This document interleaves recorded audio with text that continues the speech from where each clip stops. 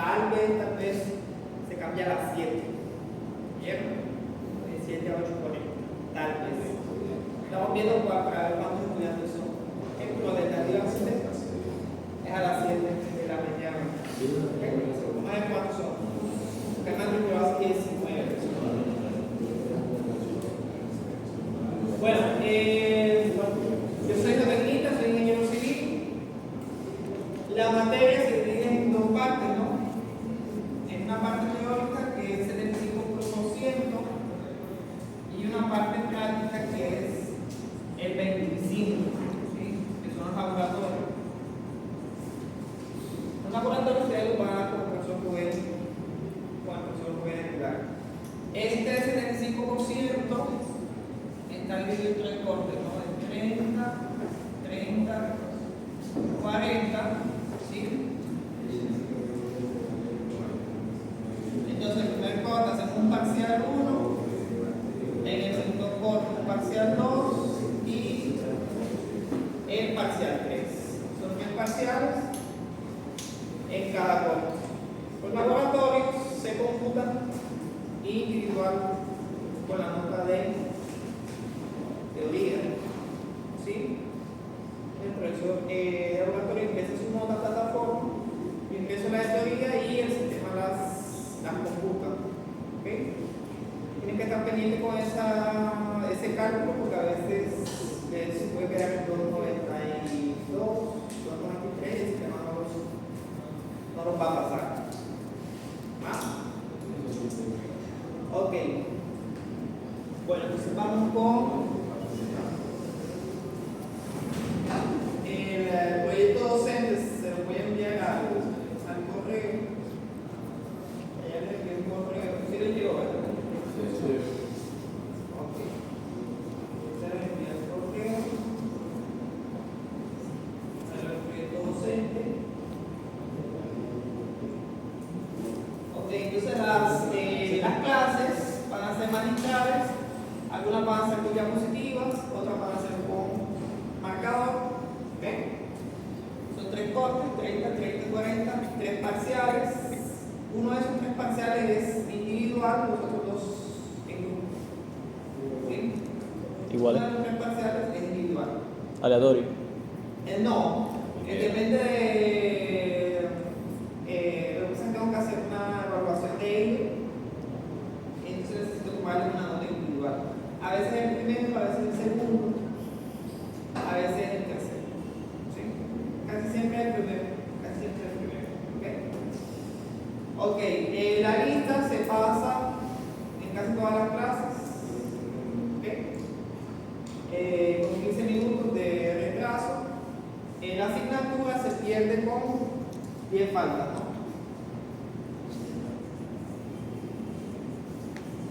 10 faltas. ¿Sí? Se pierde la asignatura.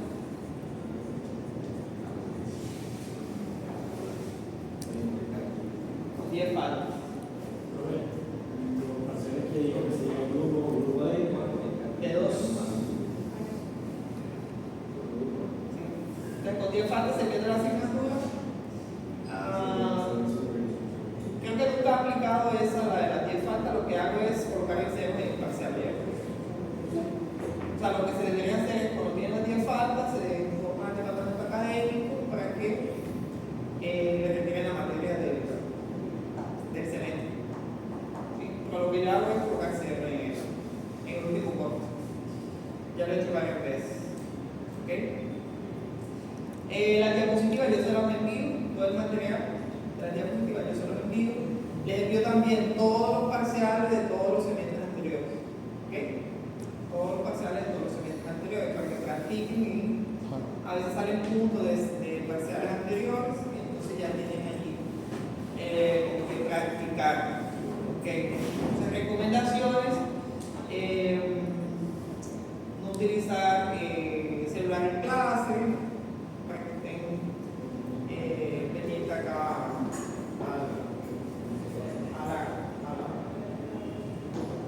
a los temas que estamos desarrollando. ¿Okay? El método de contacto va a ser a través del correo electrónico. Entonces, si tienen alguna duda, algo, me escriben por el correo electrónico.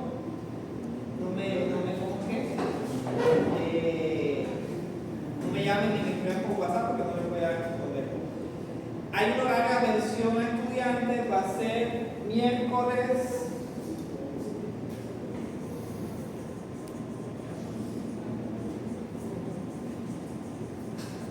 Va a ser los miércoles.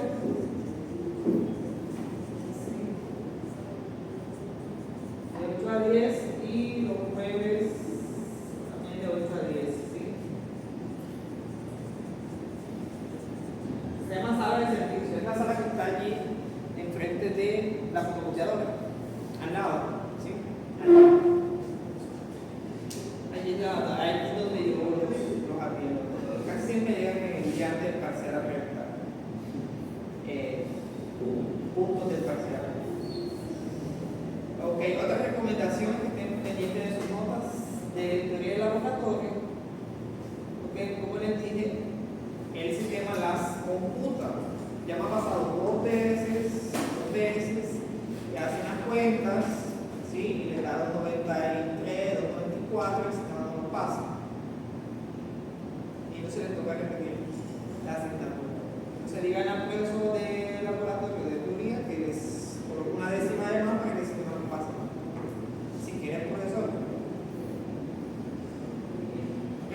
Si quieren profesor. Cuando ustedes hacen la cuenta con a veces con dos décimas y la plataforma hace con una décima.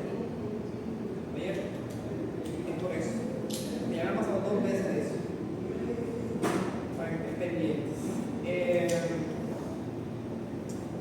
Ok, el tema de los fraudes, ya saben que no se puede copiar, durante los parciales, ok, ni traer ayudas didácticas, y si las van a usar que no me lo cojan, que no me lo pillen. Hay varios estudiantes que están en proceso de expulsión del programa de civil, ¿saben, no? Por eso, ¿sí? Por eso.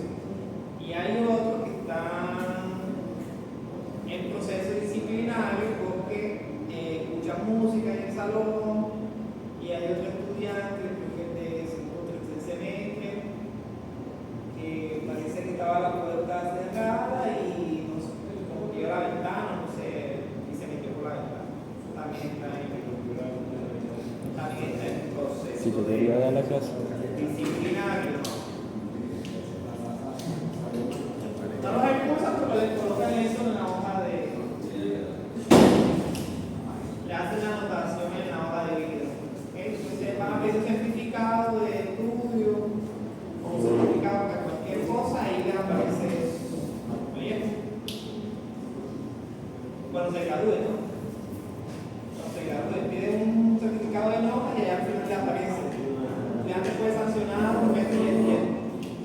Y ahí queda esa anotación allí. Si van a hacer una especialización o una maestría o algún diplomado, algún curso, allí les queda ahí la anotación. Así que tengan mucho cuidado con eso.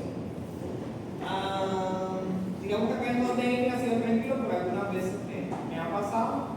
Lo que yo hago es colocarle cero siempre en el corte. Sí, por ahí profesores que no, sí. La expulsión, ¿ok? Entonces, coloco cero en el corte. Una vez alguien suplantó a un estudiante también, eso es para expulsión. Que suplanten a alguien. Un estudiante que me suplantó a otro y le puse cero. Pero era para expulsión. Para cuidar con el fraude. Okay. Igual ustedes están en segundo semestre, ya están,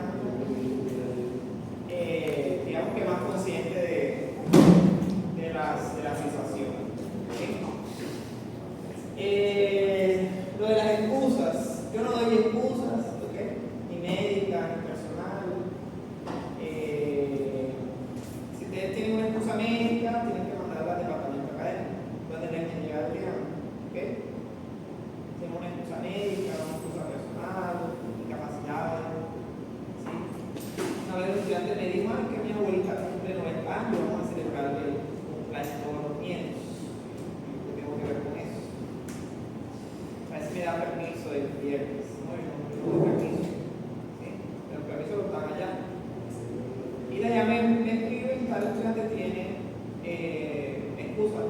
Igual si van a alguna actividad académica, por ejemplo, una salida de campo, una salida de que tienen que hacer un ensayo en el laboratorio ese día, porque ese día hay que estar el equipo, entonces le dicen a la niñera de acá, y ella nos avisa, ¿ok?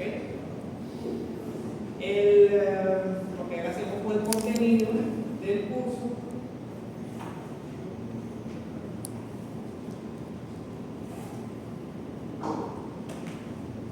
Contenido del curso es bastante extenso, ¿bien? Es bastante extenso.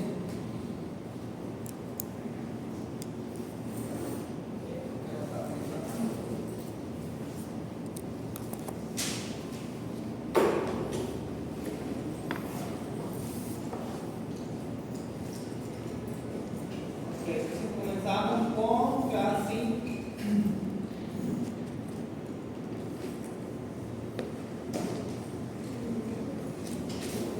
clasificación de suelos,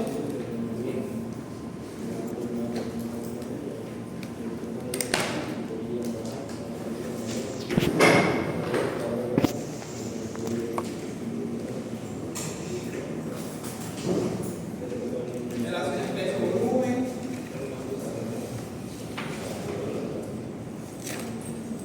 tercero es compactación,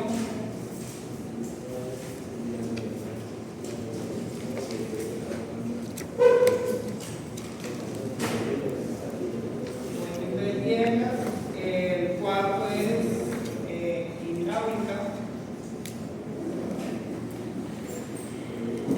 redes de flujo, suelo. Quinto es el tema de esfuerzos en el suelo. El sexto es consolidación.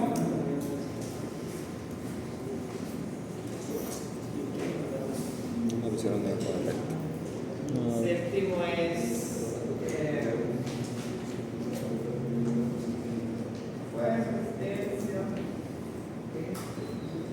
resistencia, defensa de suelos. El octavo es empujes y el noveno es exploración del subsuelo.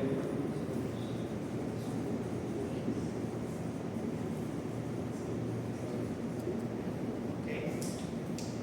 Entonces el primer parcial va hasta aquí. ¿Sí? El primer parcial va hasta aquí. El segundo parcial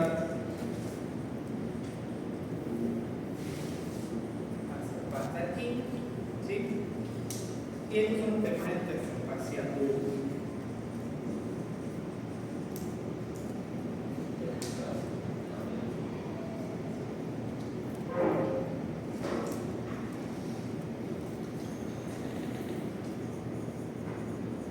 A los libros, el libro que más se utiliza es un libro que se llama Fundamentos de Ingeniería Geodésica.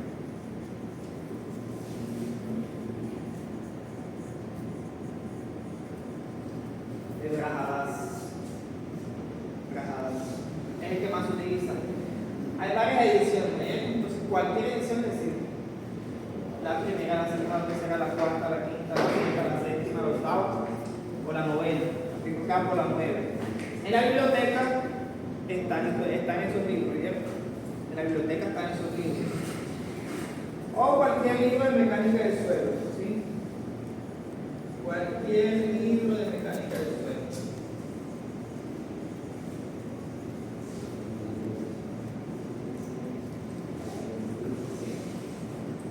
Hay uno de señor Cuartadillo, hay uno que se llama Fernández, ¿sí? Taylor, estos son más famosos. de libros de mecánica de suelo. En el proyecto 12 trabajo en bibliografía, ahí están los libros y están hay un que está en la biblioteca en el repositorio virtual, ahí está el link de acceso para que puedan entrar bien. ¿Tiene alguna pregunta?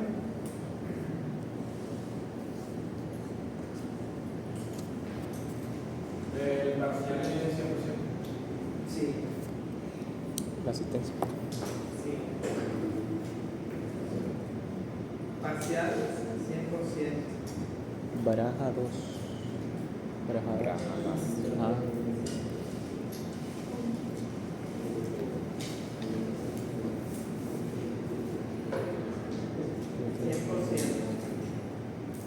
Los parciales no son difíciles, oye.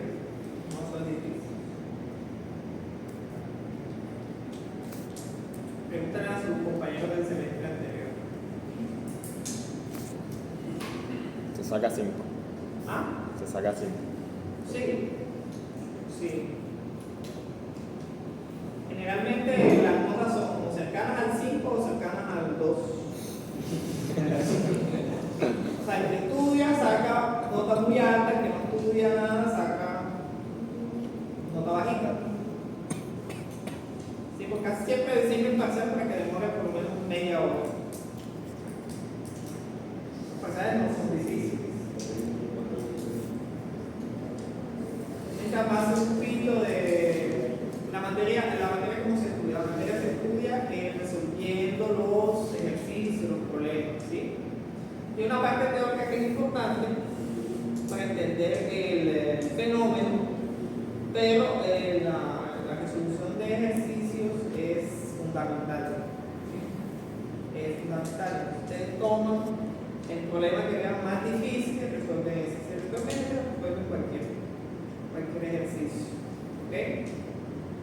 Hay unos temas que son, digamos, que no son tan difíciles, como clasificación de suelo, que son digamos que son unos trabajos, son unas tablas. ¿Okay? Ustedes van entrando allí en un laberinto para clasificar el suelo. O sea, no son temas tan difíciles. Hay un tema de clasificación, por ejemplo, enfocamos bastante lo que son el laboratorio, temas en el laboratorio. ¿Okay? O sea, hay unos ensayos conocidos allí que ustedes ya conocen, por ejemplo, ensayos de granulometría, temas específicas, ¿sí? Ustedes lo hicieron con los agregados. ¿Ya vieron contigo? Sí. Ah, bueno, ustedes ya saben de qué estoy hablando. ¿Sí? Entonces, vamos a determinar el tamaño de grano, densidades, granulometría, esas propiedades y otras adicionales para los suelos. ¿Okay? Entonces, la materia se llama geotecnia, pero en realidad sí, debería llamarse mecánica de suelo. Geotecnia, digamos que es mucho más amplia el concepto. ¿Sí? Ustedes vieron geología, ¿sí? Ciencia que estudia la estructura, formación y evolución de la Tierra, ¿no? O sea, cuando hablo de la Tierra, son toda la estructura, ¿no? Núcleo, manto interno, manto externo, ¿sí? Corteza y atmósfera, o sea, todo el conjunto. Y la geotecnia, ¿qué creen que se trata de estudiar? Suelo. La geología, geotecnia. ¿Sí? Entonces, al aplicar globos, a base técnica. Entonces, utilizo los conceptos de geología para estudiar el comportamiento de los materiales que componen la Tierra. ¿Sí? Son dos, las rocas y los suelos. Esa es la diferencia entre ambos. Entonces, la geotecnia abarca tanto la mecánica del suelo, ¿sí? Se llama mecánica del suelo, y otra que se llama la mecánica de rocas. Pero acá no vemos en el programa, no hay mecánica de rocas, hay mecánica del suelo, que es lo que se llama la materia, ¿no? Este programa que está allí de mecánica de suelos. ¿Vale? Esa es la diferencia entre la geología y la geotécnica. La geotécnica viene siendo una parte de la geología. Aunque otros dicen que es lo que se llama ingeniería geológica, ¿sí? Unos conceptos de geología para aplicar a los suelos y a la roca. Hay otros nombres, ingeniería geotécnica también. Lo que vamos a ver es mecánica de suelo. ¿Okay? Entonces, en la mecánica de suelo estudiamos solamente la parte de la corteza que está suelta, que es el suelo. Entonces tenemos el ciclo de las rocas.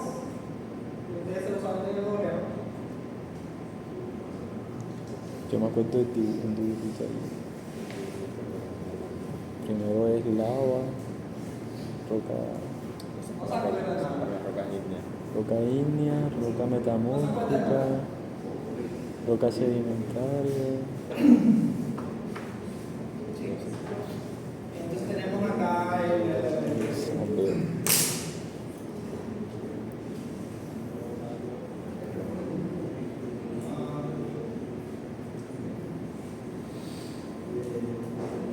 Hombre, tenemos el sol, que es la luminaria de nuestro sistema solar, y la Tierra está en el tercer anillo, Mercurio, Venus, Tierra.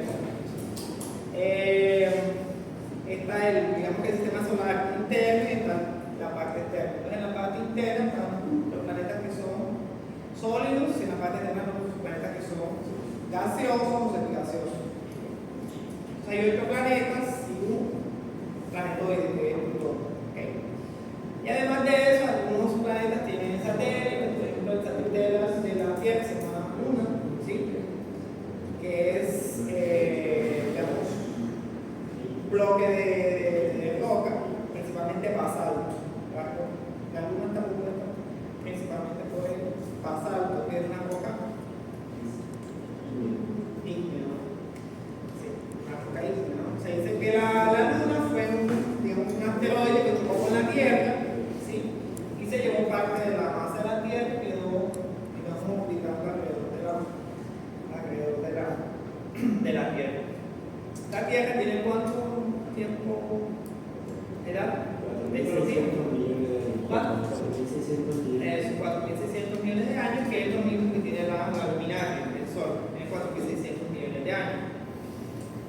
No se sabe exactamente el punto donde comenzó a aparecer vida en la Tierra, ¿no? Hubo una fase primero de microorganismo unicelular, luego pasó a pluricelular, luego apareció hubo dos eras glaciares, ¿no? Luego hubo una erupción de un volcán que acabó casi con toda la vida en la Tierra. Luego hace 66 millones de años hubo el meteorito que acabó con los dinosaurios, con los mamíferos que había. Y nuestra especie apareció más o menos hace 200.000 años, ¿sí? El Homo sapiens sapiens, ¿no? Producto de la unión entre el Homo sapiens y los neandertales, hace 200.000 años. Entonces, en 4.600 millones de años no somos nada. ¿Sí? Aparecemos en el último segundito del año. Por ejemplo, la formación Popa tiene 1 millón de años. 1 millón de años, o sea, es 5 veces más vieja que la aparición de la especie humana. Hablando en tiempo geológico. ¿Okay? O sea que el tiempo geológico se mide en eones, hay una escala de tiempo diferente que es en millones de años, miles de millones de años. ¿Okay? ¿Qué más sabemos? Bueno, el Sol, por ejemplo, es una luminaria mediana, ¿no? Una luminaria, lo que llamamos soles, se llaman estrellas, ¿no? Sino que la estrella de nosotros se llama Sol. Es una mediana roja. Las estrellas tienen una clasificación.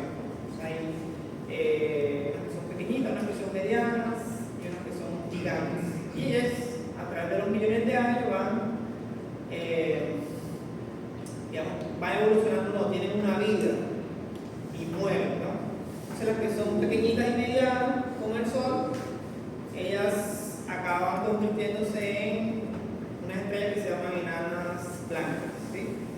Enanas blancas, y las que son gigantes se convierten en agujeros negros. Factor 14.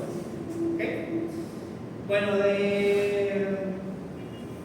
la Tierra al Sol se utiliza una unidad, ¿sí? Una unidad de medida que se llama unidad astronómica, ¿sí?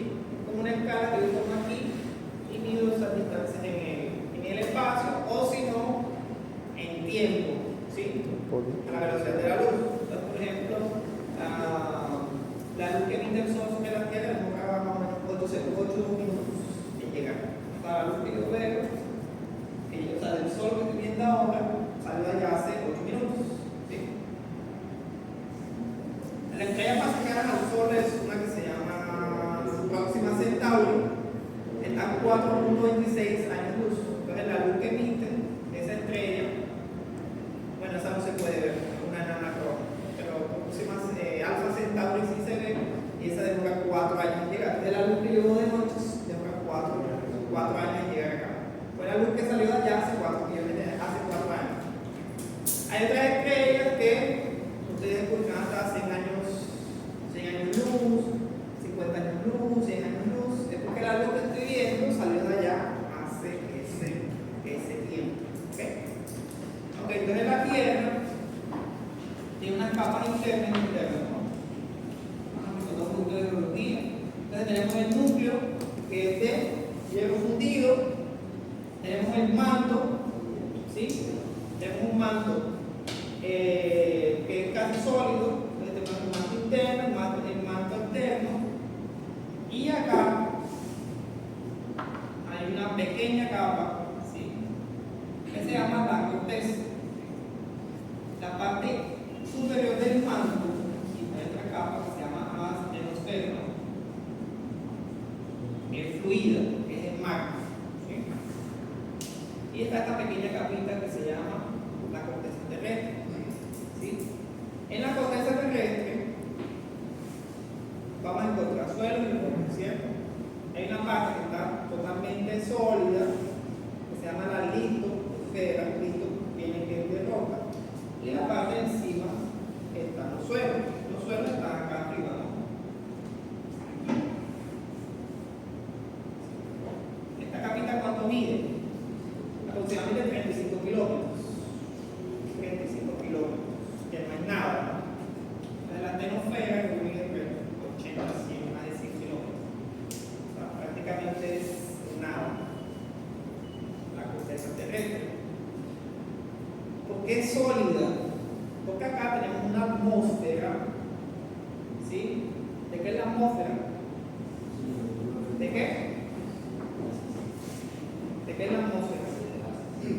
Sí, de gas. ¿Qué tipo de gas? Es mayoritariamente de hidrógeno. Tenemos hidrógeno, tenemos oxígeno, tenemos otros tipos de gases. ¿Ok? Entonces, esta atmósfera tiene una temperatura, ¿sí?, que es menor a la temperatura de la atenosfera. Entonces hay como un punto de equilibrio y por eso el magma se enfría y se convierte en roca. ¿Sí? Entonces, toda la roca que está aquí en contacto con la atenosfera es roca ígnea. Roca ígnea. Toda la roca que está aquí en contacto con la atenosfera es roca ígnea. En volumen es la roca que más abunda en la corteza. ¿Sí? Luego la metamórfica y por último la sedimentaria. La sedimentaria se encuentra arriba, ¿no? Porque es producto de los sedimentos de los demás tipos de roca. ¿Sí? Entonces, ¿qué es el suelo? El suelo es un punto intermedio en donde los demás tipos de roca se descomponen en pequeños pedacitos, ¿sí? Pequeños pedazos. Esos son los suelos. Tenemos 4 tipos de suelos. ¿Sí? Entonces, tenemos lavas. Si los pedazos de roca se componen en fragmentos grandes, ¿no? Después, por lo menos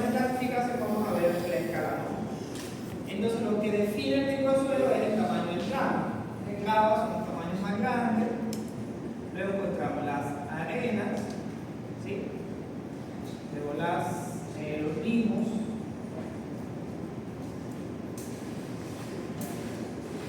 Y por último las arcillas. ¿Sí?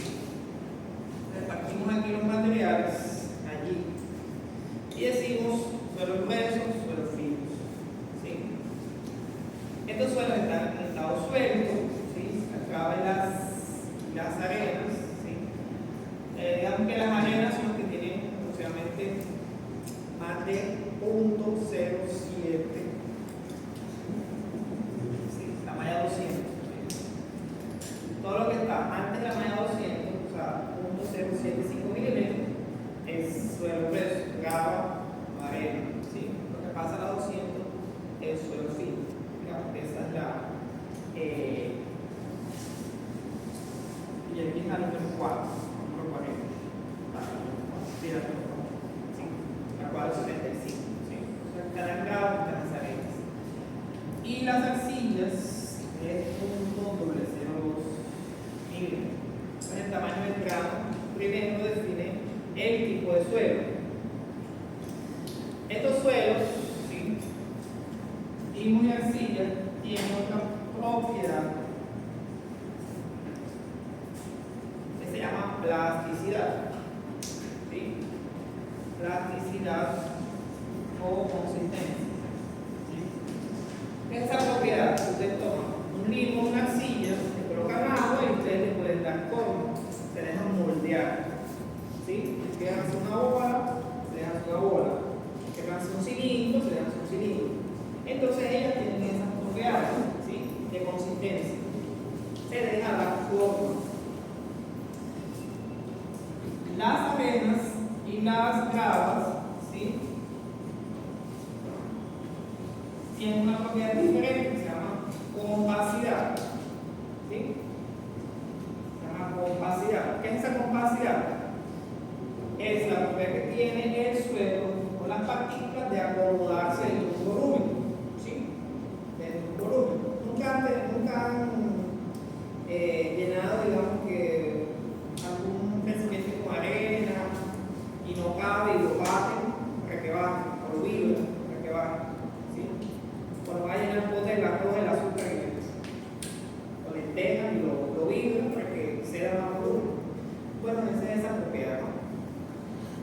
O sea, todas las partículas dentro de un volumen ya tienen esta propiedad de compacidad. Estas no tienen compacidad, ustedes vibran, ¿sí?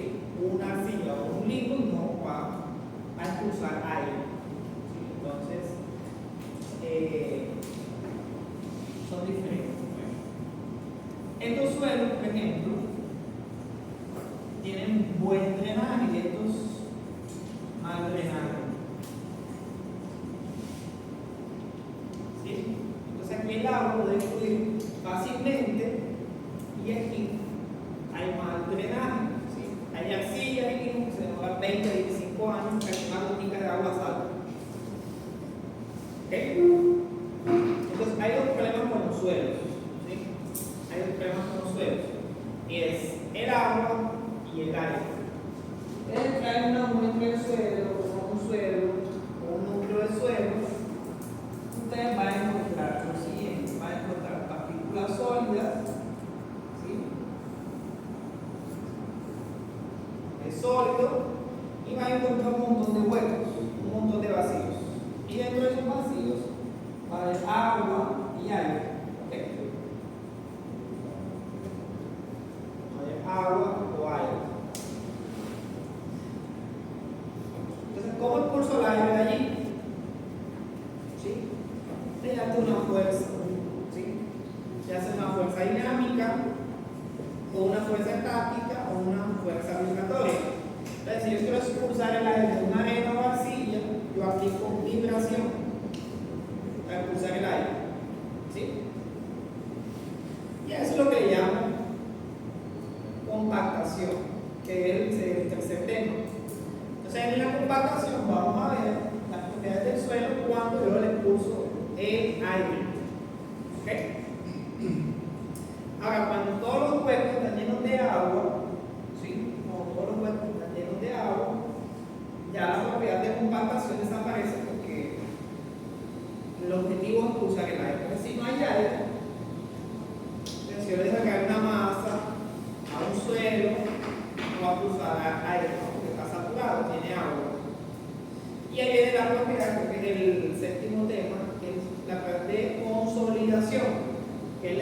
distribución del agua de los vacíos. ¿Ok? Entonces, las arregradas de arena ya se consolidan muy rápido, porque el agua drena muy rápido.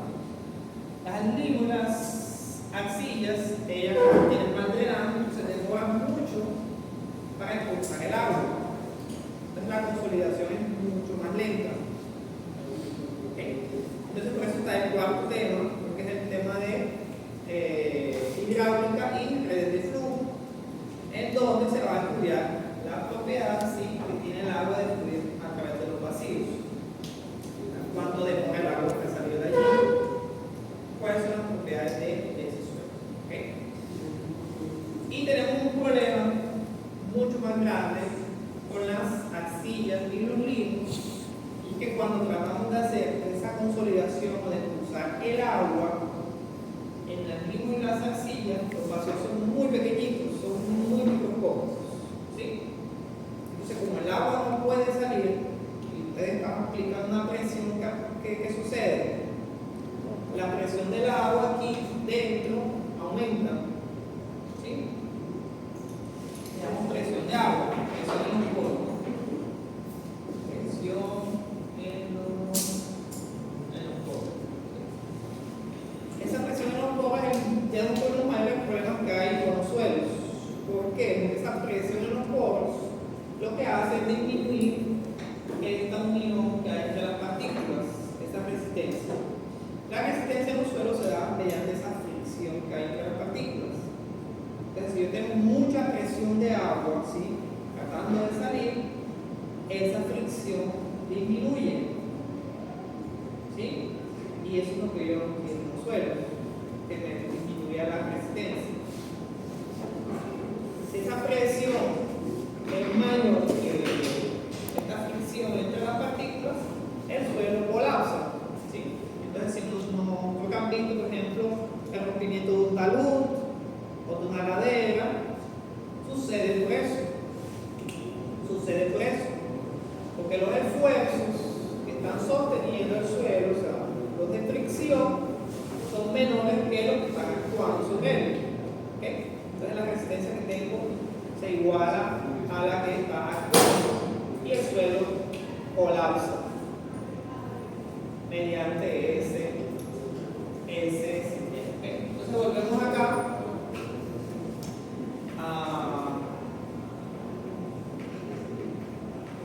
a la corteza, ¿sí?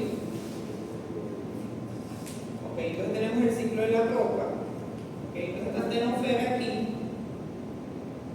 esta litosfera, ella no es continua, ella está fragmentada, ¿cierto? Tenemos acá el planeta, ella está fragmentada, esa capita está fragmentada.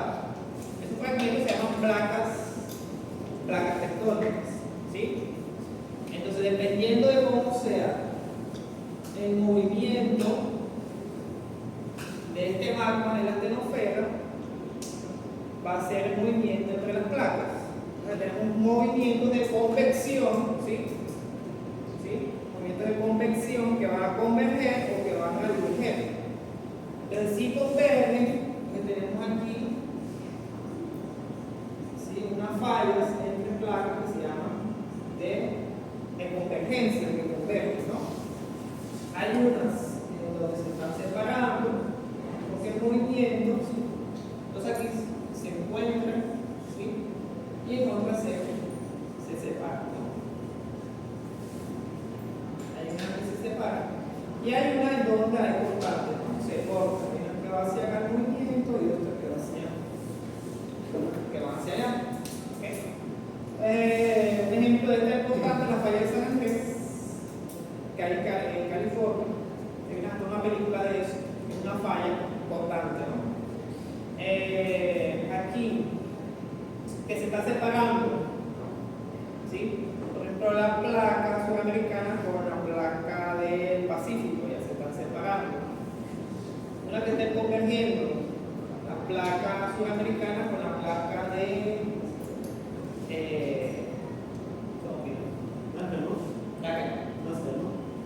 con la NACA, sí, con la NACA, sí, que se da acá,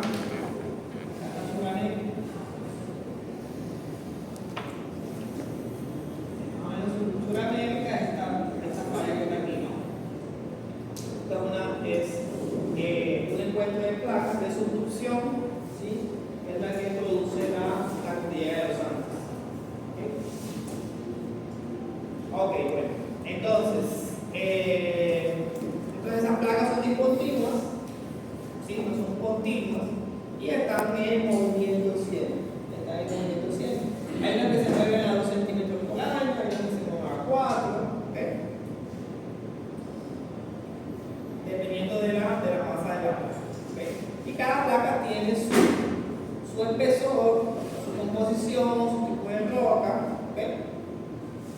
Eso lo ven ustedes en teoría. Vamos a ver eso, ¿ok? Y también tenemos dentro de las placas, ¿sí? Tenemos unos puntos en donde el magma asciende. El magma puede ascender a través de la falla, a través de puntos. Los puntos se llaman puntos calientes, ¿no? ¿Se acuerdan de algún punto caliente que hayan visto por ahí en teoría? ¿Ah? Hawái, un punto caliente. En Islandia no había un Tenerife también. Cinturón ese que queda en el corazón. No, ese es en la falla. Ese es en la falla. Islandia también, un punto caliente, ¿sí? Donde hay volcanes. Ustedes vieron geología.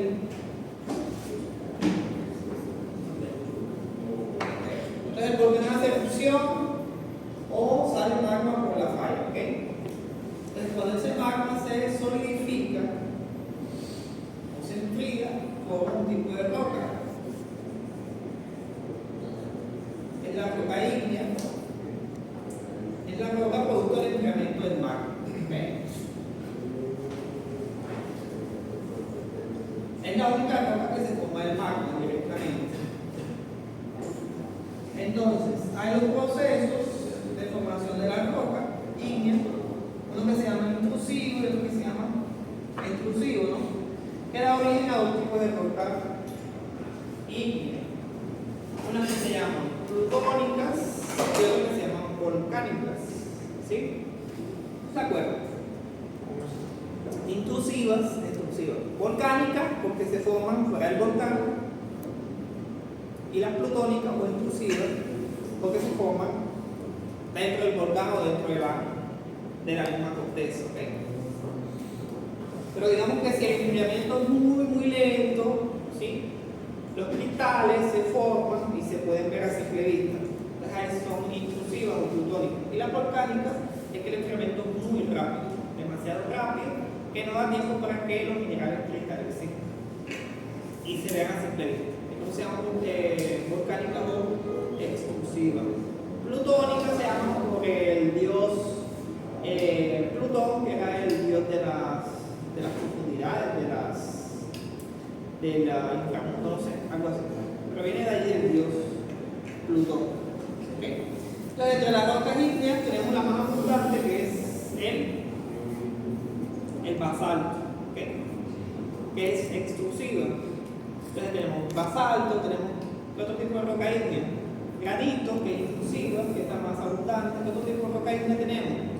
Tenemos la pumita, la obsidiana, ¿sí? Que es vítrea. ¿Qué más tenemos? Tenemos el gauro, ¿qué más tenemos? La andesita, ¿qué más tenemos? Bueno, se las aprendieron. Yo cuando la dije me la colocaban con una regla en la mano. Ok. Pero esa roca ígnea, con el tiempo, ella se va fragmentando, ¿no? Ella se va descomponiendo. Ya saben que la acción del viento, del agua, en la temperatura, ella se va descomponiendo, se va fragmentando. Es lo que llamamos meteorización, que sé que lo vieron en geología. Meteorización. Las rocas se meteorizan, ¿sí? Entonces hay meteorización física, meteorización química, meteorización biológica y orgánica. Entonces que la física era la acción del agua y del viento que la desgastaba, que la química eran las reacciones químicas que hacían que las procesos entraran en descomposición, la biológica, por ejemplo, una raíz de un árbol que fracturaba la roca, y la orgánica, que eran materia vegetal que hacía que se meteorizara la roca. Entonces la roca ígnea se fragmenta mediante la meteorización y forma lo que se conoce como plastos, ¿sí? O pedazos de roca. Dependiendo del tamaño del plasto o de la roca, ¿sí? Se forman los sedimentos. ¿Sí? Estos sedimentos son los suelos. ¿Sí?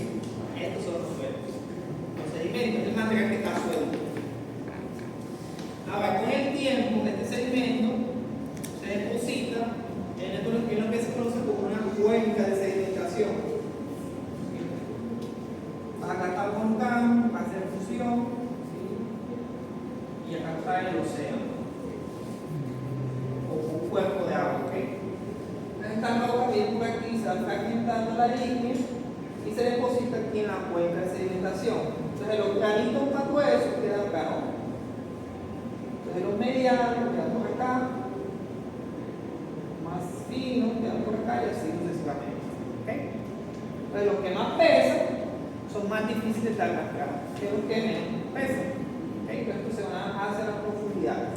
Entonces este material, este sedimento que está suelto, con el mismo peso de él se va autocompactando, porque viene con capas, ¿no? Está otra capa encima, otra encima, y él se va autocompactando, que se llama el proceso de litificación, ¿ok?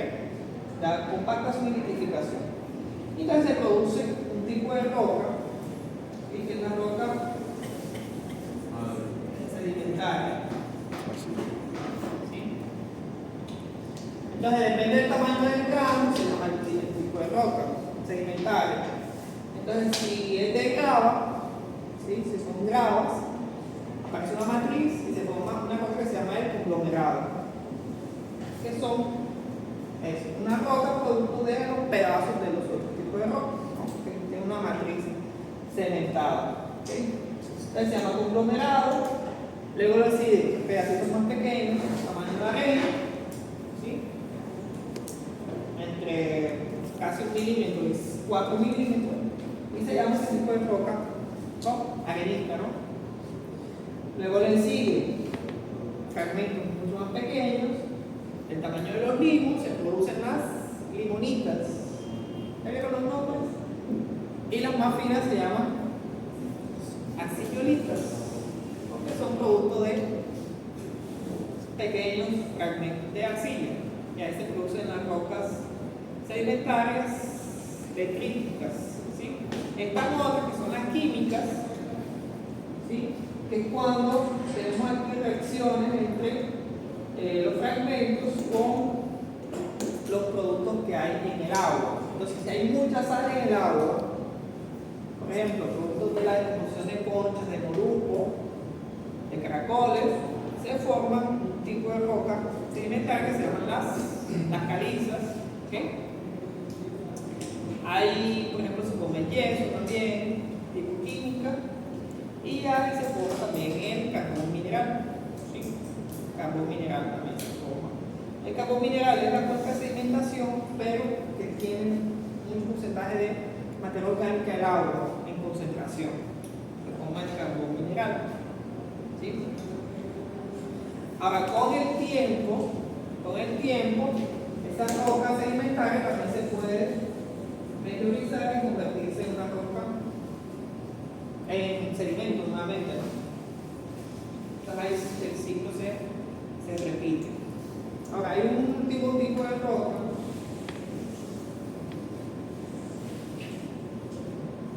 ¿sí? Y pasa lo siguiente con ese tipo de roca. Yo tomo cualquier roca preexistente, ¿sí? Y la someto a altas presiones y temperaturas. Entonces yo las aplasto. Prácticamente es eso. Se aplastan a altas presiones y temperaturas. ¿Dónde se aplastan? Por ejemplo, aquí en las zonas de subducción. Entonces por acá viene la roca, entrando aquí, ¿sí? Y en estas partes aquí hay altas presiones y temperaturas. Entonces ahí la roca se aplasta, ¿ok? Se aplasta allí a altas temperaturas y presiones. Entonces, pero no está sólido aquí cuando entra. Hay unas rocas, ¿sí? Digamos que las rocas tienen puntos de fusión también, en que se convierten en magma. Hay unas partes donde el magma no es suficientemente caliente como para convertir la roca nuevamente en magma por la temperatura. Entonces ellas entran aquí, ¿sí? El fragmento y la aquí. La misma corriente de convección. ¿Oye? Otra forma es que sea una roca sedimentaria y con el tiempo ella va quedando más y más profundo dentro de la corteza. Entonces, a mayor profundidad en la corteza,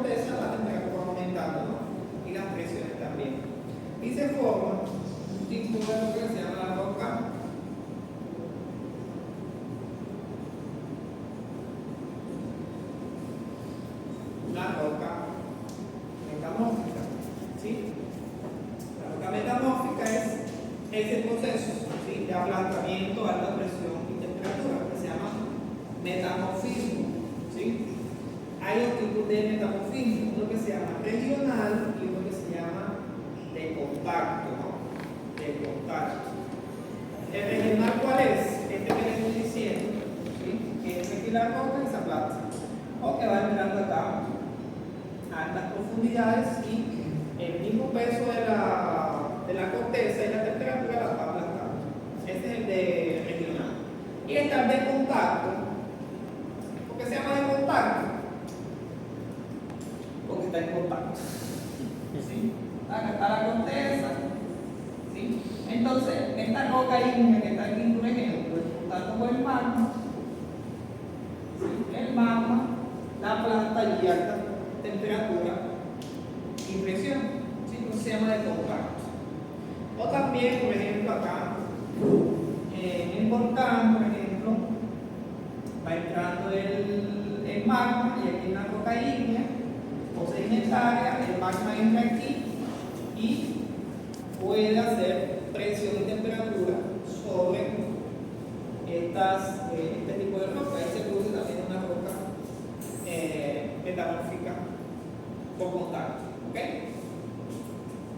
¿Sí? ¿Sí? Entonces esta roca se fusiona, forma el magma y el magma cuando se enfría nuevamente en roca ígnea. Entonces la roca metamórfica puede ser sedimentaria o puede ser también ígnea. Y la roca metamórfica también se descompone para formar sedimentos, entonces se repite el ciclo. Entonces la ígnea solamente se forma del magma, ¿sí? Las metamórficas se forman de los dos tipos de roca y las rocas sedimentarias se forman de los tres tipos de roca. O sea, se puede formar de ella misma, de la metamórfica o de la ígnea. Entonces, ¿qué rocas metamórficas conocemos? ¿Sí? Tenemos el que aporta más, que es el esquisto, ¿sí?, que es debido a esa propiedad de que quedan pequeñas placas en la roca cuando la aplastan. ¿Sí? Entonces, usted le da un golpe a una roca metamórfica, ella se forma una placa que se desprende de ella. ¿Sí? Son muy dentro de la roca son las menos resistentes, ¿no? Las más resistentes son las ígneas, luego las sedimentarias, las menos resistentes son las metamórficas. ¿Ok? Entonces una roca metamórfica es una roca sedimentaria o ígnea que se convierte en otro tipo de roca. Por ejemplo, las limonitas, cuando las metamorfizo, ¿sí?, se convierten en roca metamórfica cormugriana. No sé si la vieron. Sí, la vieron. Sí. Por ejemplo, el mármol es una roca metamórfica, es producto del metamorfismo de la caliza. No, disculpen, del granito. ¿Sí? Entonces toman granito, lo aplastan a alta temperatura y presión, pues lo convierten en un mármol. Acá también tenemos pizarra, otra roca ahí que metamórfica que se acuerda. Pizarra, ¿qué más? Metamórfica. No se puede más nada. Pizarra. Bueno, ya tenemos la roca, entonces.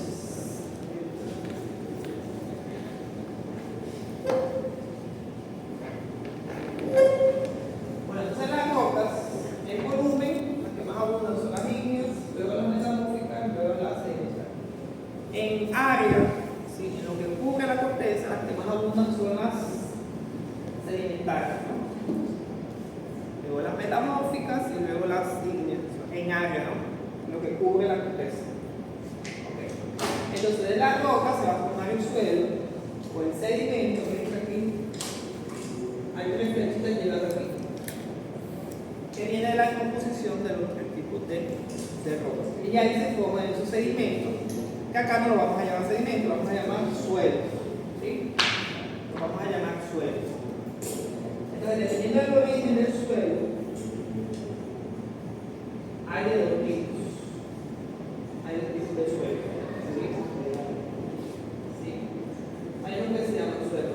residuales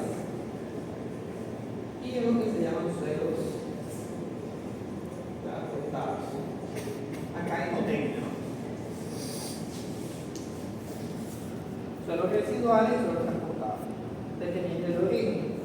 ¿Qué es un suelo residual? Es un suelo, ¿sí?, que se produjo mediante la meteorización de la roca en el mismo sitio. O sea, la roca se meteorizó y el suelo se formó en el mismo sitio donde está la roca madre. ¿Okay? Eso es un suelo residual. Se descompuso la roca, se formó el suelo en el mismo sitio. ¿Sí? ¿Qué es un suelo transportado? Es la roca que se meteoriza, ¿sí?, se descompone y el suelo se forma en un lugar diferente de donde está la roca madre. ¿Y qué lo transportó? Lo transportó el agua, ¿sí?, el aire o la misma gravedad. ¿Sí? Entonces se va descomponiendo el suelo, digamos, en una montaña y por el mismo peso, por la gravedad, se va transportando. O ya sea el agua, ¿sí?, o el aire. ¿Sí? Mayoritariamente el agua son cuerpos de río, son el principal agente de transporte, son los ríos, para formar el suelo transportado. ¿Okay? Entonces, si el medio es agua, el suelo que se forma se llama aluvión. ¿Sí? Si el medio es el aire, se llama suelo eólico, y si fue la gravedad, se llama aluvión. ¿Se acuerdan? Yo sé que sí. ¿Sí? Entonces tenemos aluviones y suelos eólicos. Y aquí vienen por ejemplo, los suelos eólicos, ¿sí?, no son las dunas de arena. O sea, sí hacen parte de los suelos eólicos, ¿sí?, las dunas de arena. ¿Qué es un suelo eólico? Pues, por ejemplo, aquí está la roca y viene el viento a alta velocidad y se lleva las partículas y encuentra por acá. Aquí tengo la roca. Acá, por ejemplo, hay una depresión. Entonces aquí hay miles de kilómetros. Entonces el aire viene, desprende partículas de la roca y los va depositando aquí. ¿Sí? Y aquí se forma el suelo. Entonces nosotros podemos encontrar arcillas y limos, que son suelos productos de transporte por medio del aire. ¿Sí? Entonces, las dunas de arena hacen parte de los suelos eólicos, pero no son solamente eso. Entonces, vamos a encontrar arcillas que van a ser de origen columnar, que van a ser de origen eólico o de aluviones. Buenos días. Buenos días.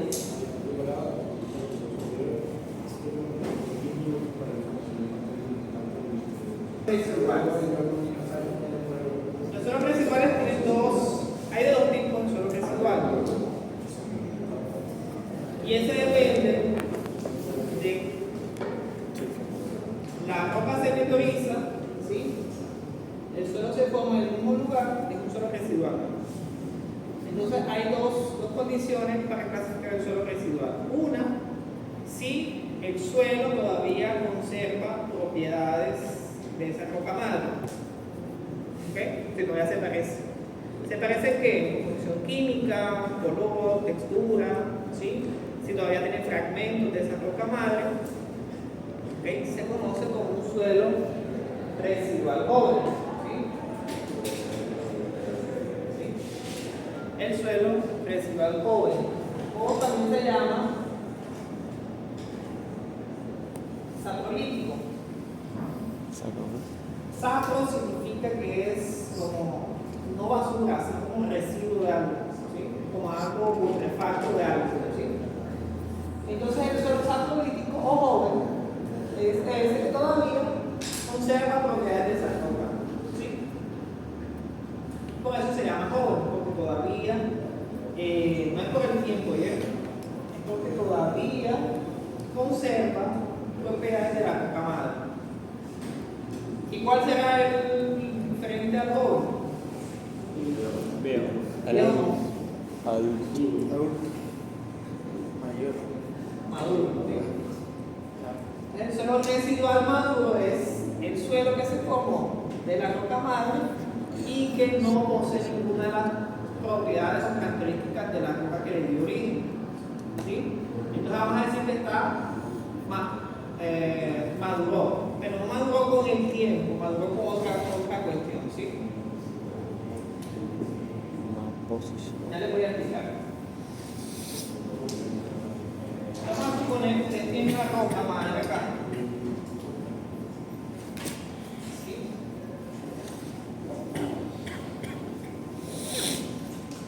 Acá tiene una roca madre y acá se puede componer, ¿no? Fue quedando el suelo. Y ahí fue quedando una capa del suelo. ¿Sí? ¿Cuál creen que sea ese? ¿El joven o el maduro? El de abajo. Ajá. Todavía hay pedacitos, todavía hay restos de roca, de la roca. ¿Sí? Se ve joven. Eso, es joven. Sí. Acá quedó el joven. Y acá arriba pasa lo siguiente. Comienza a caer lluvia, comienza a infiltrar el agua. ¿Sí? El agua comienza a gastar, por ejemplo, elementos químicos que son solubles en agua, por ejemplo, calcio, magnesio, potasio, y los comienza a gastar hacia acá. Este suelo va pasando por una transformación. ¿Sí? Esa transformación se llama lateralización. No sé si lo vieron en geología. ¿Okay?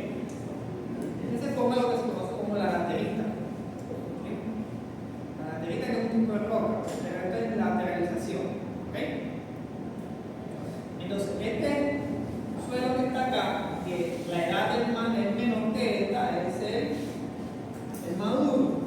¿Sí? Entonces, el maduro queda arriba porque él perdió las propiedades mediante esa lateralización. ¿Okay? A este suelo también se le conoce como el suelo laterítico. ¿Sí? Suelo laterítico. Entonces, el suelo laterítico, ¿qué es? Es un suelo residual que pasó por un proceso de lixiviación. ¿Sí? Pasó por el proceso de lixiviación. Bueno, hay dos esto lo vieron ustedes no sé, en el colegio. En química 1, química básica, ¿ok? Entonces hay dos procesos de infiltración de agua, uno que se llama lixiviación y otro que se llama percolación. Entonces ustedes tienen un material acá, un material A y acá un material B. Si ustedes hacen pasar agua por aquí y lo que sale es agua con otros componentes, se forma lo que se llama un lixiviado. Por eso se llama lixiviación. Ustedes ingresan agua acá, ¿sí? Y luego de filtrar dentro del material, lo que sale es agua solamente, ¿sí? Es lo que conocemos como un percolado. ¿Sí? Entonces hay percolado y lixiviado. El suelo laterítico se forma con un proceso de lixiviación.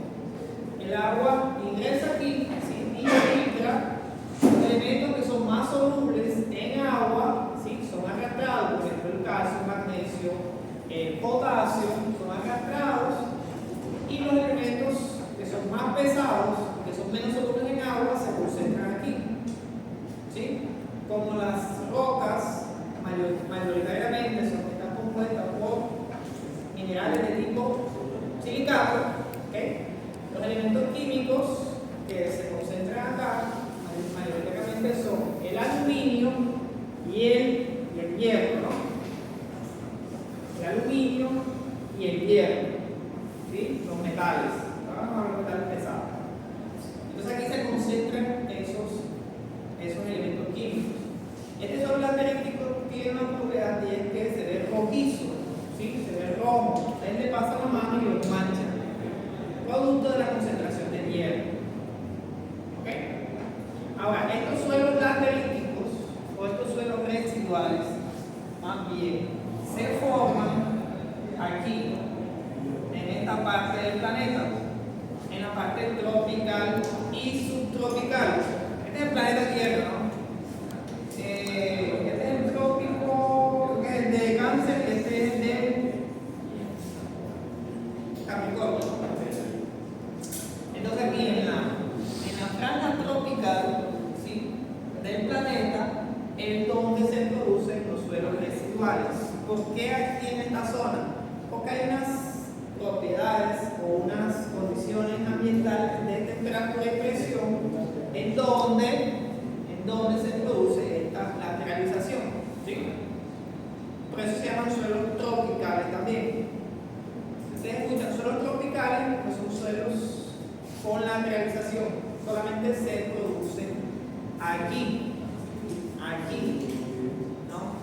Ustedes también vieron los minerales arcillosos, así minerales, pillitas, morganitas, caolinitas, eso lo vieron en biología, ¿verdad? ¿O no? ¿No alcanzan a ver? No. O sea, vieron todos los minerales menos de la arcilla. Vieron los silicatos, vieron los carbonatos, anfíboles, piroxenos, vieron todo eso, ¿verdad? Si lo vieron, ¿cómo no lo van a ver? Ese es el tema de escuela, antes de la clase. ¿Ok? Entonces los suelos tropicales se forman aquí en la zona subtropical y tropical del planeta. Ahí es donde los vamos a encontrar. Ahora, en Colombia, ¿qué tipo de suelo ustedes creen que podemos encontrar? En Colombia, en su mayoría, ¿cuál creen que podemos encontrar? Mayoritariamente.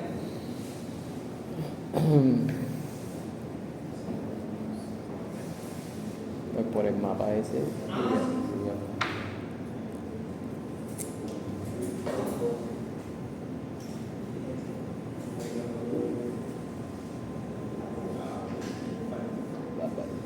Por ejemplo, en Colombia hay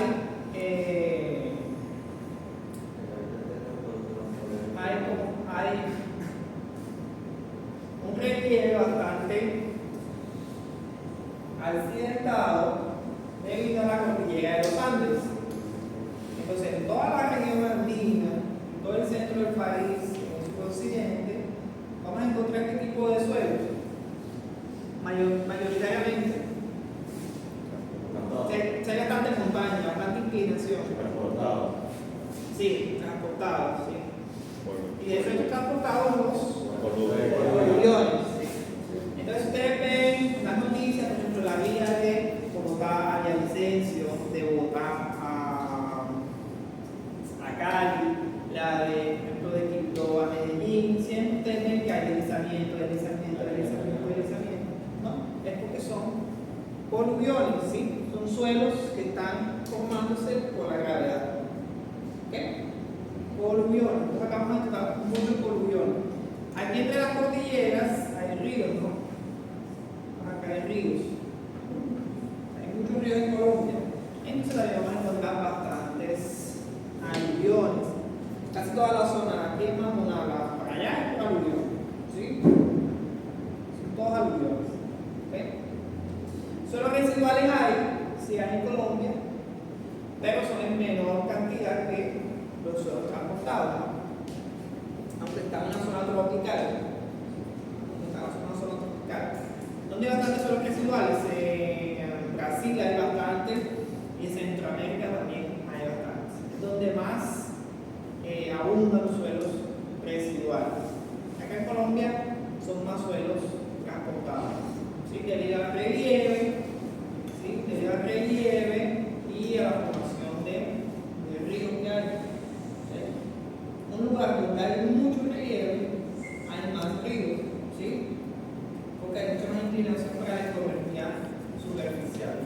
Vamos también a ver geología, vamos a ver esa parte del transporte. Okay. Entonces tenemos en la parte de geotecnia tenemos esos dos tipos de suelos. otro, digamos que no es ni residual ni transportado, vamos a colocar por acá, ¿sí? Que son los suelos lacustres, procedimientos lacustres. ¿Se acuerdan de esos?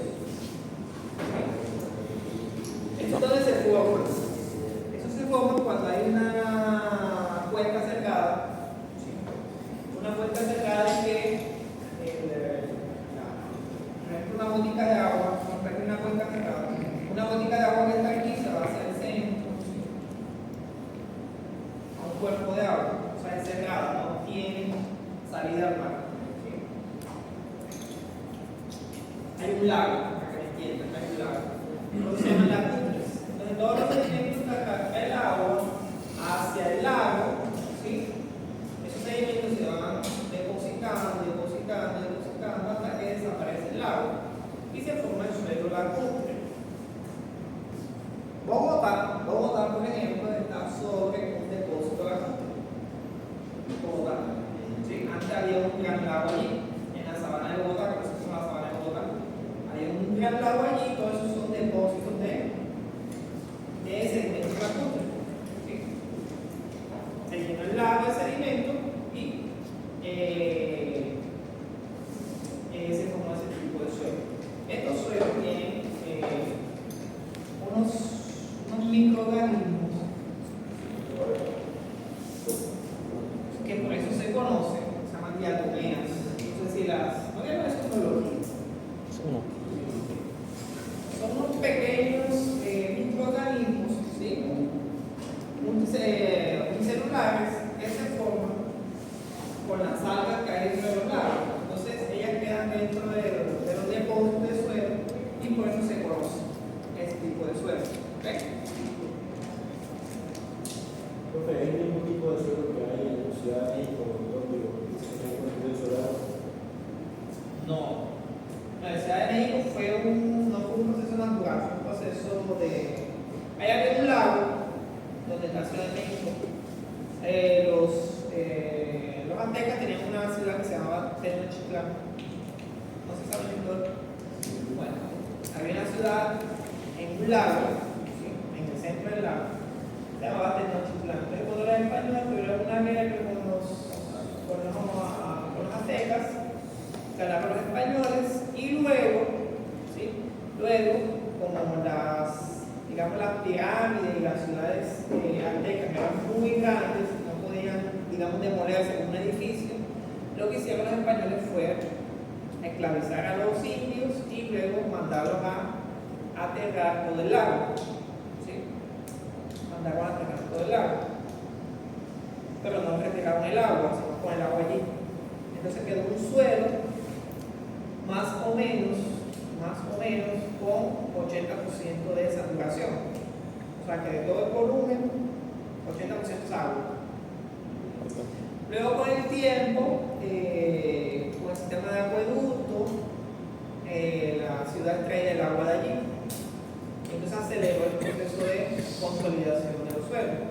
Hay una parte en Ciudad de México que el suelo se consolida 40 centímetros. ¿Sí? Algunas partes. ¿Sabes por qué encontrarse en un lago? ¿Sí? Entonces, para que ustedes entiendan, es rellenaron todo y quedó algo como azul. Entonces, no retiraron el agua que estaba en el lago, un lago bastante grande. Ese es el problema de Ciudad de México. El problema de Ciudad de México es de consolidación. El suelo se consolida bastante rápido con la cantidad de agua que tiene. Ok, entonces tenemos suelos residuales, suelos transportados. Acá en Cartagena, ¿qué creen que hay?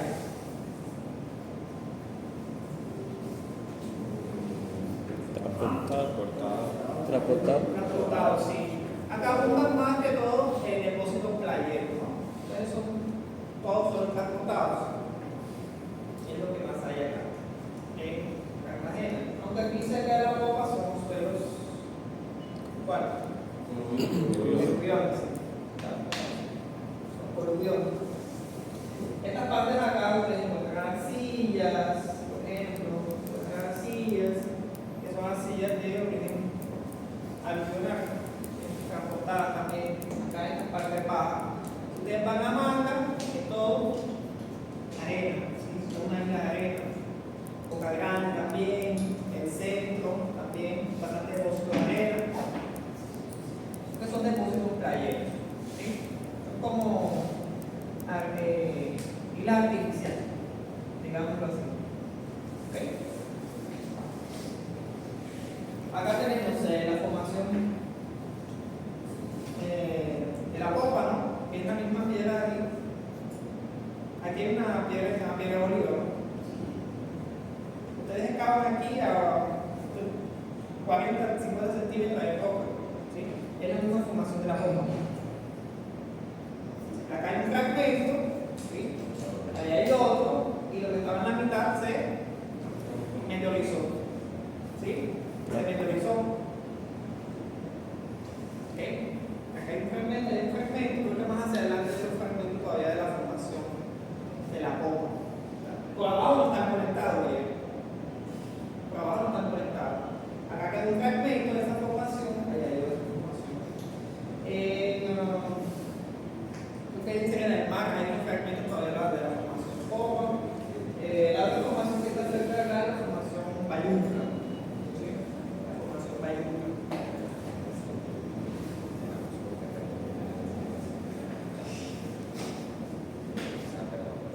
La formación Bayunca.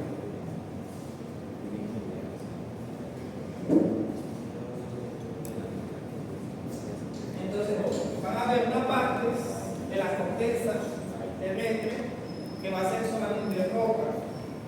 Por ejemplo, debajo de la popa hay roca, y más abajo roca, roca. ¿Sí? O sea, todo lo que hay es roca. Hay litosfera, no hay suelo.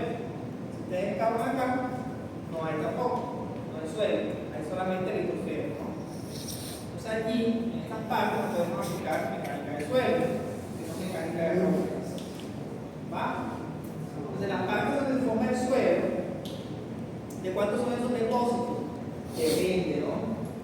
Hay unos depósitos, por ejemplo, que tenemos 50 metros de arcilla, ¿okay? 20 metros, 80 metros, 100 metros, 200 metros. Eso depende del proceso de formación, ¿okay? El proceso de formación. Si es suelo, por ejemplo, transportado, vamos a encontrar definidas, por ejemplo, una capa de arcilla, una capa de arena, luego arena, luego arcilla y así, ¿okay? Vamos a encontrarlas por franjas. Tanto en residuales como en suelo transportado. Lo que decía, para los residuales, los trazos son más pequeños. Ya podemos encontrar, por ejemplo, a los 20 o 25 metros, ya podemos encontrar la poca madre, bastante superficial. Cuando son transportados, sí es más profundo, porque los suelos transportados se van siempre, por ejemplo, el agua, el aire y la gravedad siempre lo llevan a las depresiones, a las zonas más bajas. Y si son muy profundas, entonces las capas, ¿sí? Son mucho más, tienen mucha más altura. ¿Okay? Entonces, por lo general, los transportados van a tener espesores mucho mayores que los de suelos residuales. ¿En cuánto tiempo deforma un suelo? ¿En cuánto tiempo deforma un suelo? ¿En cuánto tiempo se forma un suelo? Eso también depende de los fenómenos, ¿sí? Por ejemplo, los suelos residuales maduros llevan más tiempo, por ejemplo 5.000, 7.000 años pueden llegar, ¿no? Hay suelos transportados que se pueden formar en 10 años. Por ejemplo, si son aluviones, se pueden formar en 10 años. Hay unos de gravedad que se pueden formar, no sé, 100, 200 años. Depende del proceso de formación del material. Ahora, no nos interesa esas partes que son sólidas para la mecánica del suelo, sino donde haya suelo. ¿Okay? Entonces vamos a encontrar siempre, nuestra roca madre siempre se va a encontrar. Siempre. Ahora, ¿dónde nos vamos a encontrarla? Si hay un proyecto, ¿no?, que me dice que la exploración del suelo lo tengo que hacer a 6 metros, y la roca madre está a 100, no voy a llegar a los 100. Voy a decir lo que me dice la especificación del estudio, ¿no? ¿Quién me dice eso? Hay una norma que se llama la norma sismo resistente,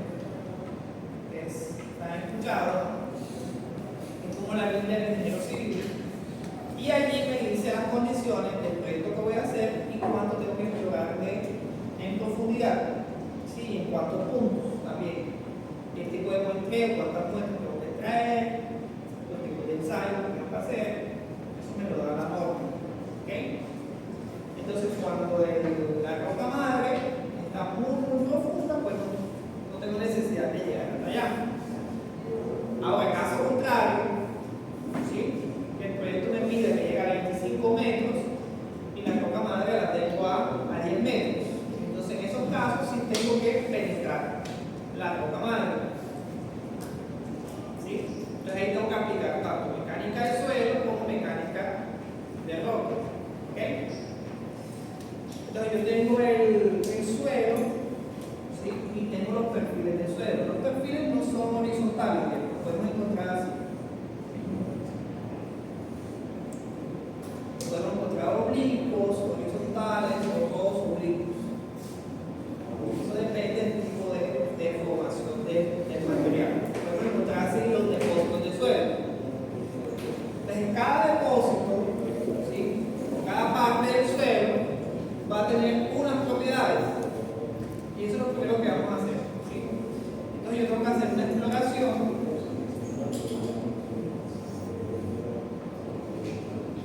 Lo que tenemos que hacer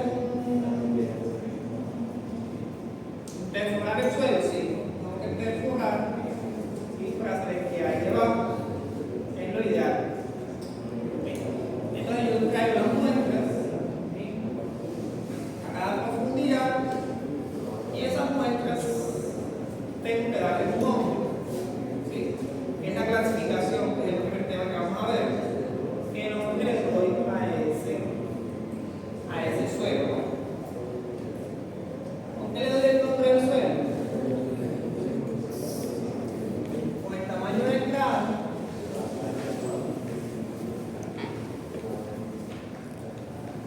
la densidad y la plasticidad. ¿Sí? Si la tiene. Con eso le doy el nombre al suelo. Entonces acá tengo que una arena, una arcilla, un hilo, una grava, una arcilla, una arcilla. Eso es lo que hago cuando hago la exploración. Clasificar el suelo, darle un nombre. ¿Ok? Darle un nombre. Ahora, si tiene un nombre, debe tener un apellido. ¿Sí? Y el apellido, ¿con qué se lo doy? O con el tamaño del grano, o con la plasticidad. Entonces, los materiales que tienen plasticidad, mismo y arcilla, se puede dar el apellido con la plasticidad. Entonces, ahí mismo de baja plasticidad, alta plasticidad, arcilla de baja plasticidad, alta plasticidad. ¿Ok? Y los suelos que son puestos, arenas y gravas, se puede dar el apellido con el tamaño del grano. Se puede tener gravas, por ejemplo, uniformes, gravas no uniformes, por el tamaño de los gravas, arenas uniformes, arenas uniformes. No te apellido, eso es lo que vamos a ver, ¿qué hago? ¿Ok? ¿Qué hago? Luego, otras propiedades de estudio. ¿Sí? Otras propiedades de estudio del suelo. Importante. ¿Sí? La resistencia del material. ¿Cuánto resiste este tipo de suelo? ¿Cuánto resiste este material en toda la profundidad? ¿Cuánto resiste ese material? ¿Okay? Y aquí viene la aplicación. ¿Qué voy a hacer en este depósito de suelo? ¿Sí? Voy a hacer una excavación, voy a hacer un relleno. ¿Sí? Por ejemplo, voy a hacer una excavación para un túnel, voy a hacer una excavación para hacer un canal, o voy a hacer un relleno aquí para hacer un terraplén para una vía, o voy a hacer un edificio, voy a colocar aquí una torre eólica, ¿okay? Voy a realizar aquí una represa. ¿Para qué quiero el depósito de suelo? Y ahí jugamos con las otras propiedades. Entonces, si el suelo va a estar sometido, por ejemplo, si una represa que voy a hacer aquí, hoy necesito estudiar las propiedades hidráulicas del suelo. No me interesa cuánto se compacta o no se compacta. No me interesa la parte de compactación. Me interesa la parte del flujo del agua aquí. ¿Sí? Entonces estudio, además del nombre, de la resistencia, también las propiedades hidráulicas del material. Ahora, voy a extraer este material de aquí para compactar un relleno para una vía. ¿Qué propiedades me sirven? Las propiedades de compactación. No me interesa estudiar el comportamiento hidráulico, sino el comportamiento del compactado. ¿Sí? Entonces, dependiendo del tipo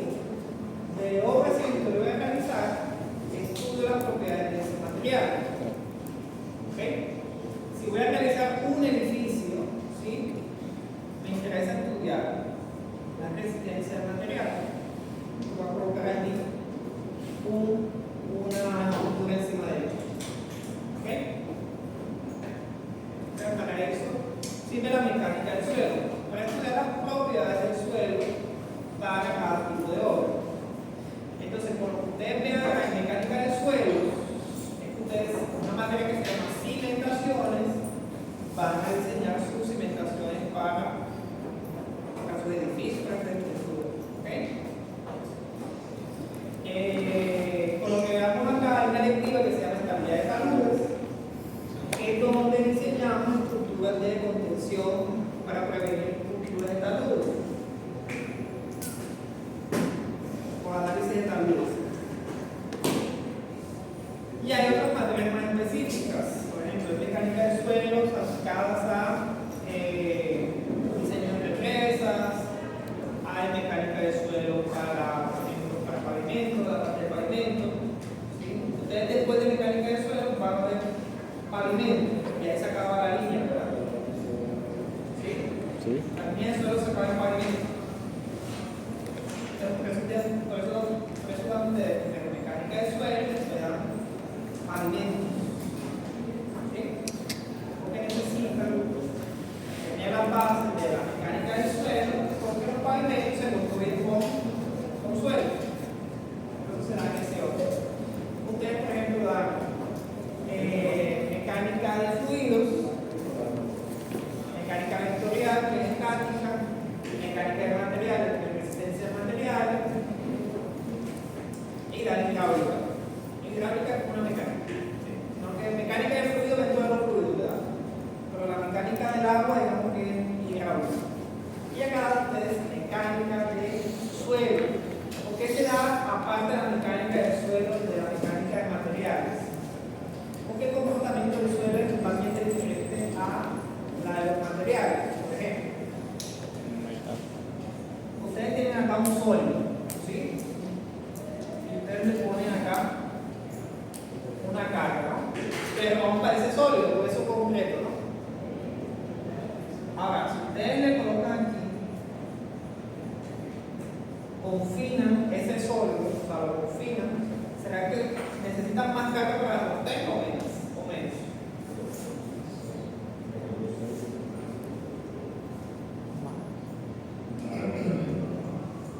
Ustedes tienen un material, ¿no? Por ejemplo, este marcador, ustedes lo rompen allá en la máquina universal, ¿sí? Le dio, no sé, 50 kilos, se rompió. Si yo lo confino todo así con algo, ¿sí? Y le coloco la carga, ¿será que la aguanta más o menos? Si no hay pateo. Aguanta más, ¿no? Entonces, en el caso de los suelos, puede suceder las dos cosas. O puede aguantar más o puede aguantar menos. Inclusive se puede volver, este sólido se puede volver un líquido. Entonces los fenómenos de los suelos son diferentes a los fenómenos de los sólidos. Prácticamente ustedes están en concreto y acero en mecánica de resistencia de materiales, ¿no? Son los únicos dos materiales que ven, o metales o concretos, como ustedes.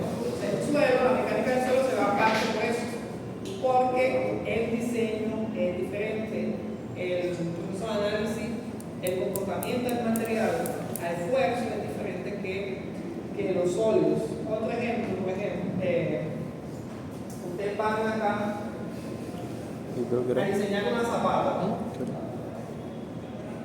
Ustedes van a diseñar una zapata, ¿sí? Tienen acá carga y aquí tienen un área, ¿no? Entonces el esfuerzo es P entre así o qué. ¿Sí? ¿Sí? Entonces, si yo tengo aquí la resistencia de este material, ¿cierto? Si yo tengo la resistencia de este material, yo puedo calcular cuánto es el área que necesito. Simplemente multiplico la R por la P y me da el área que necesito, ¿no? Bueno, así no funciona en mecánica del suelo. Así no funciona en cimentaciones. No funciona así. ¿Okay? Y el suelo tiene otro problemita, ¿sí?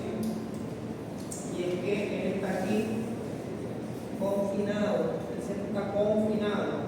El concreto, ustedes lo tienen aquí. ¿Está confinado? No, ¿verdad? Ahí lo tienen el esfuerzo de flexión y el esfuerzo de compresión. Una columna, ¿sí? Ya tiene un esfuerzo de compresión y de pandeo. El suelo no tiene esas propiedades. O sea, imaginaos si te hacen una viga de suelo, ¿qué pasa con ella? No soporta, ¿verdad? Entonces el suelo no tiene resistencia a la tracción, ¿sí? A la tracción no tiene resistencia. Mientras que el concreto sí, el acero sí. ¿Ok? Entonces nunca van a haber una viga de suelo por eso, porque no resiste a tracción. ¿Ok? Resiste a la compresión, sí resiste a la compresión. A la tracción no resiste. Por eso acá mecánica del suelo se ve diferente a los otros materiales, ¿no? Es que ven el agua aparte, el concreto aparte, el acero aparte, el suelo aparte. Pues todos los materiales en ingeniería civil todos tienen propiedades diferentes. Bueno, yo creo que ya se acabó, ¿verdad? No paso la lista, pero me han pasado la